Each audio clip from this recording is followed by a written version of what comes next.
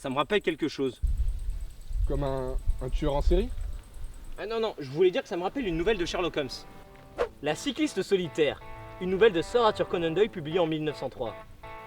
Je pense que je n'ai pas à vous présenter le personnage de Sherlock Holmes, tant sa renommée le précède. Il se retrouve ici appelé par une cycliste au problème fort inquiétant. On a pu observer 2 traces de pneus différentes. Sûrement que quelqu'un la suivait en vélo. Tout à fait mon ami, et c'est excellent de l'avoir remarqué.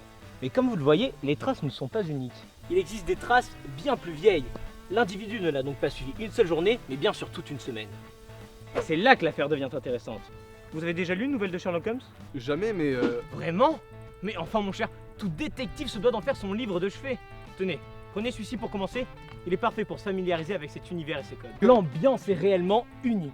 De l'angoisse, du suspense, des révélations et de la bagarre. de la bagarre? Vraiment? Mais bien sûr mon ami, qu'est-ce que vous croyez?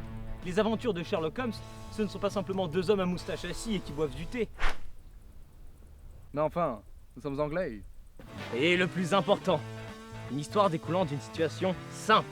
Un fait divers qui pourrait vous arriver, même à vous. Car comme le disait notre ami Sherlock Holmes, il n'y a rien de si extraordinaire que le banal. Sur ce, il nous faut nous remettre sur l'enquête.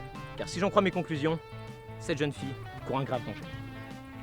Excusez-moi, mais en ce qui concerne la fin du livre... Mais enfin mon ami, vous ne voudriez quand même pas que je vous révèle la fin de l'histoire? Croyez-moi, lisez-le vous-même, c'est une vraie pépite. En un mot, culte.